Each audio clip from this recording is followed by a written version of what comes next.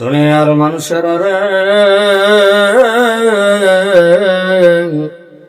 আমার আল্লাহ পাক রব্বুল আলামিন আমার আল্লাহ পাক রব্বুল আলামিন হযরত জিবরাইল আলাইহিস সালাম কে ডেকে বলে, জিবরাইল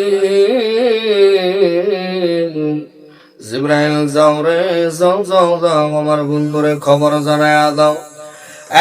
জিবরাইল যাও আমার বন্ধুরে খবর জানায়া দাও রে, আমার বন্ধুরে খবর বলে আসো, আমার বন্ধুরে দাওয়াত করে আসো। আমার বন্ধু যেন গো আমি আল্লাহর বাড়িতে আসে, আমি আল্লাহ পাক রব্বুল আলামিন আমার বন্ধুর সাথে কথা বলবো। দুনিয়ার মানুষ খুব ভালো করে মনে রাখবা, বাবারা, আমার আল্লাহ পাক রব্বুল আলামিন জানায়া দেয় রে, জিবরাইল যাও আমার বন্ধুরে সালাম জানাও। আমার বন্ধু যেন গো আমি আল্লাহর দাওয়াত গ্রহণ করে আমি আল্লাহর বাড়িতে আসে, আমি আল্লাহ পাক রব্বুল আলামিন আমার বন্ধুর সাথে গো প্রেমের আলাপ করব। জোরে জোরে কোন সুবহানাল্লাহ। দুনিয়ার মানুষ আমার আল্লাহ বলে, জিবরাইল যাও আমার বন্ধুরে সালাম জানাও। আমার বন্ধু জানো গো আমি আল্লাহর বাড়িতে আসি, কিন্তু জিবরাইল যাও আমার বন্ধুরে সালাম জানায় দাও।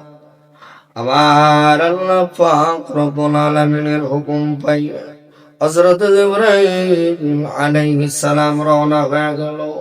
হযরত জিবরাইল হযরত জিবরাইল আমার নবীর বাড়ির দিকে রওনা হয়ে গেছে। এদিকে আমার আপনার নবী রহমাতুল লিল আলামিন নবীজি উম্মে হানির ঘরে ঘুমন্ত অবস্থায় আছে। হযরত জিবরাইল উম্মে হানির ঘরের সামনে আসার পরে রে দেখতে পাই আমার নবী ঘুমের মধ্যে আছে। হযরত জিবরাইল মনে মনে চিন্তা করে, আরে যে নবীরে না বানাইলে রে আমার আল্লাহ তামাম দুনিয়ার কোনো কিছু আমার আল্লাহ সৃষ্টি করদ না, ওই হাবিবের কেমনে করে আমি ঘুমের মধ্যে ডাক দিই, আমি জিবরাইলের জীবন বরবাদ হয়ে যাবে।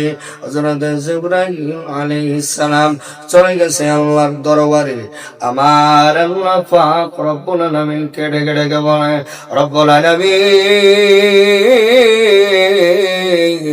আল্লাহ গো রব্বুল আলামিন তোমার হাবিবের সালাম জানানোর জন্য আমি জিবরাইল গিয়েছি। রব্বুল আলামিন তোমার হাবিব ঘরের মধ্যে ঘুমন্ত অবস্থায় আছে। রব্বুল আলামিন আমি জিবরাইলের বেয়াদবি হবে বলে আমি আপনার হাবিবের বন্ধুরে ডাক দেওয়ার সাহস করি নাই। আমার আল্লাহ ডাকে কয়, জিবরাইল যাও রে, যাও আমার নবীরে ঘুম ভাঙানো যাবে না, আমার নবীরে ডাক দেওয়া যাবে না। কিন্তু জিবরাইল আমার নবীর হুকুম ছাড়াও আমার নবীর ঘরে ঢোকা যাবে না। আমার আল্লাহ বলে, জিবরাইল আমি আল্লাহ আমার বন্ধুর ঘরে ঢোকার অনুমতিটা আমি আল্লাহ স্বয়ং নিজে দিয়া দিলাম। আমার হাবিবের ঘরে ঢোকার অনুমতি আমি আল্লাহ দিয়া দিলাম। জিবরাইল রে যাও আমার হাবিবের সালাম জানাও। আমার আল্লাহ বলে, জিবরাইল এই তো প্রথম সুযোগ। আমার আল্লাহ বলে, জিবরাইল এইটাই সুবর্ণ সুযোগ, আজকে তোমার জীবন তুমি ধন্য করে নাও। হযরত জিবরাইল আলাইহিস সালাম আমার আল্লাহর হুকুম পায়া আমার আপনার নবী রহমাতুল লিল আলামিন নবীর বাড়ির দিকে রওনা হয়ে গেছে। হযরত জিবরাইল আলাইহিস সালাম আমার নবীর বাড়ির মধ্যে যাইয়া রহমাতাল লিল আলামিন নবীজির ঘরের মধ্যে ঢুকে ঘরের মধ্যে প্রবেশ করার পরে হযরত জিবরাইল তাকায়া তাকায়া দেখে আমার নবীজি ঘুমন্ত অবস্থায় আছে। এমন সময় হাদিসের মধ্যে আসছে দুনিয়ার মানুষ হযরত জিবরাইল আলাইহিস সালাম বিড়ালের রূপ ধারণ করলেন। বিড়ালের রূপ ধারণ করে আমার আপনার নবী রাহমাতুল লিল আলামিন নবীজির কদম মোবারকের মধ্যে জিহ্বাটা লাগাইয়া দিছে।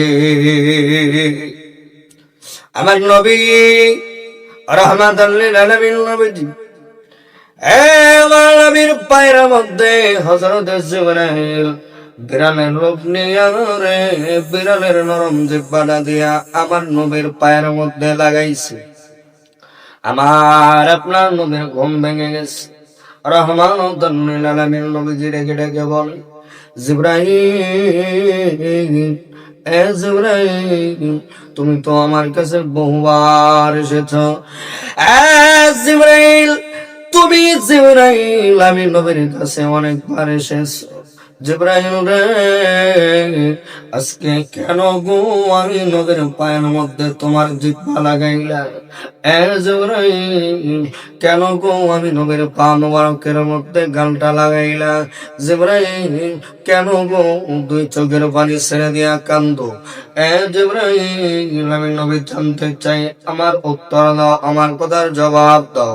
হযরত জিবরাইল আলাইহিস সালাম ডেকে ডেকে বলে, ইয়া রাসূলুল্লাহ ইয়া হাবিবাল্লাহ ওগো মায়ার নবী হুজুর আল্লাহ আমারে পাঠাইছে আপনাকে দাওয়াত পৌঁছানোর জন্য। হুজুর আল্লাহ আপনাকে দাওয়াত করেছে আল্লাহর বাড়ি। ইয়া রাসূলুল্লাহ হুজুর আল্লাহ আপনার সাথে সাক্ষাৎ করবে, প্রেমের কথা বলবে। হুজুর আপনি দয়া করে দাওয়াত গ্রহণ করুন। দুনিয়ার মানুষ হযরত জিবরাইল দুই চোখের পানি ছেড়ে দিয়া কান্দে। আমার নবী প্রশ্ন করে, জিবরাইল কেন গো আমার পা মোবারকের মধ্যে তোমার জিহ্বাটা লাগাইলা? এই সময়টাকে কবির ভাষায় ব্যক্ত করেছে, ওই এই কদম যে যাবে মাওলারি দরবারে, ওই এই কদম যে যাবে মাওলারি দরবারে, ওরে কদমের দোলে লাগাইলাম দুই গালে, ওরে কদমের দোলে লাগাইলাম দুই গালে। হযরত জিবরাইল দুই চোখের পানি ছেড়ে দিয়া ডাক দিয়া কয়, হুজুর আল্লাহ আপনার দাওয়াত করেছে, চলেন চলেন হুজুর আল্লাহর বাড়িতে যাইতে হবে। আমার আপনার নবী রাহমাতুল লিল আলামিন নবীজি দুনিয়ার মানুষ লম্বা ঘটনা বাবারা লম্বা ঘটনা লম্বা ইতিহাস সংক্ষেপে শেষ করে দেব। দুনিয়ার মানুষ আমার নবী মেরাজে চলে গেছে, সাত আসমান সাত জমিন পার হয়ে আমার আপনার নবী যখন আরশ মহল্লার মধ্যে উঠেছে, এমন সময় আমার আপনার নবী চিন্তা করে, আরে আমার আল্লাহ পাক রব্বুল আলামিন তামাম জাহানের মধ্যে যা বানাইছে সকল কিছু থেকে রে আমার আল্লাহর আরশ দামি করে বানাইছে। আমার নবী বড় মনে চিন্তা করে, আমার আল্লাহর আরশ মহল্লা অনেক দামি একটা জায়গা, এই জায়গার মধ্যে রে জুতা নিয়ে আমি নবী কেমনে প্রবেশ করি? আমার নবী রাহমাতুল লিল আলামিন নবীজি যখন জুতা খুলবে, জুতা খোলার জন্য প্রস্তুত হয়ে গেছে, আমার আল্লাহ ডেকে ডেকে বলে, হাবিব ইয়া রাসূলুল্লাহ ইয়া হাবিবাল্লাহ বন্ধু গো আপনি কি করেন? আমার আল্লাহ প্রশ্ন করে, হাবিব আপনি কি করেন? আমার আপনার নবী প্রশ্নের জবাবে উত্তর দেয়, আমার আপনার নবী ডেকে ডেকে বলে, রব্বুল আলামিন আল্লাহ গো তোমার আরশটা হইল অনেক দামি, রব্বুল আলামিন, তোমার আরশটা দামি একটা জায়গা, তোমার আরশ মহল্লা দামি। রব্বুল আলামিন, এই দামি জায়গার মধ্যে গো আমি নবী কেমনে করে জুতা নিয়ে প্রবেশ করে? রব্বুল আলামিন, এই জন্য আমি নবীর জুতা খুলবো। আবার আল্লাহ ডেকে ডেকে বলে, হাবিব, আমার আরশ মহল্লা, হাবিব, আমার আরশ মহল্লা অনেক দামি জায়গা, আমি আল্লাহ দামি করে বানিয়েছি হাবিব। কিন্তু যাই না রাখেন গো, আপনি নবীর জুতার থেকে আমি আল্লাহর আরশ দামি হবে না। সিল্লা কন্যা সুবহানাল্লাহ। আমার আল্লাহ রব্বুল আলামিন লেখা বলে, হাবিব, ইয়া রাসূলুল্লাহ, আমি আল্লাহর আরশ দামি গো, কিন্তু আপনি জুতা থেকে দামি না। হাবিব, আপনি জুতা নিয়ে গো আরশের মহল্লার মধ্যে আসেন, আমি আল্লাহ আপনারে হুকুম দিলাম, জোরে জোরে কোন মারহাবা। দুনিয়ার মানুষ খুব ভালো করে মনে রাখবে, আমার নবী কেমন রহমত।